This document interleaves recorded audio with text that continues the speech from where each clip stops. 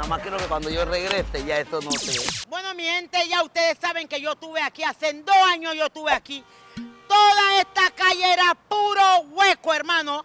Pero Ramón Arosemena lo arregló. Pero ¿qué pasó? No pone a Serrín que debe de ir en la calle, hermano. Ahora mira esto. Ay, ay, ay, ay, ay, ay, ay, ay, ay, ay, me caigo, me caigo.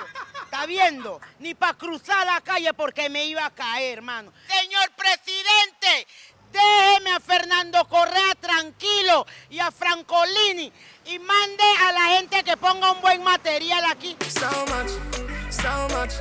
So much things I did not say. I'm from Portmore, that's in J.A. We can do it on that beach there.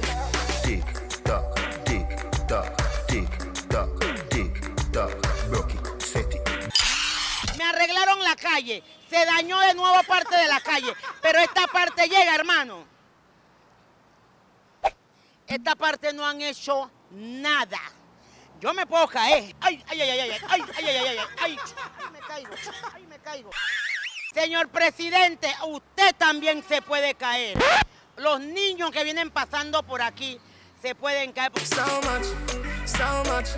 So much things I did not say. I'm from Portmore, that's in J.A. We can do it on that beach there.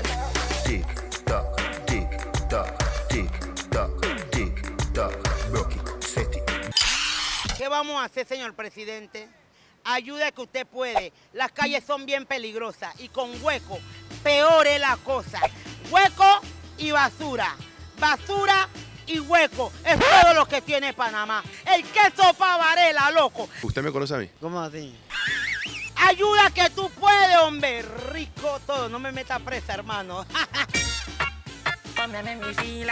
Bueno, mi gente, ya ustedes saben, mi Instagram es Nilka Rico. Todo. Llévatela, Alki.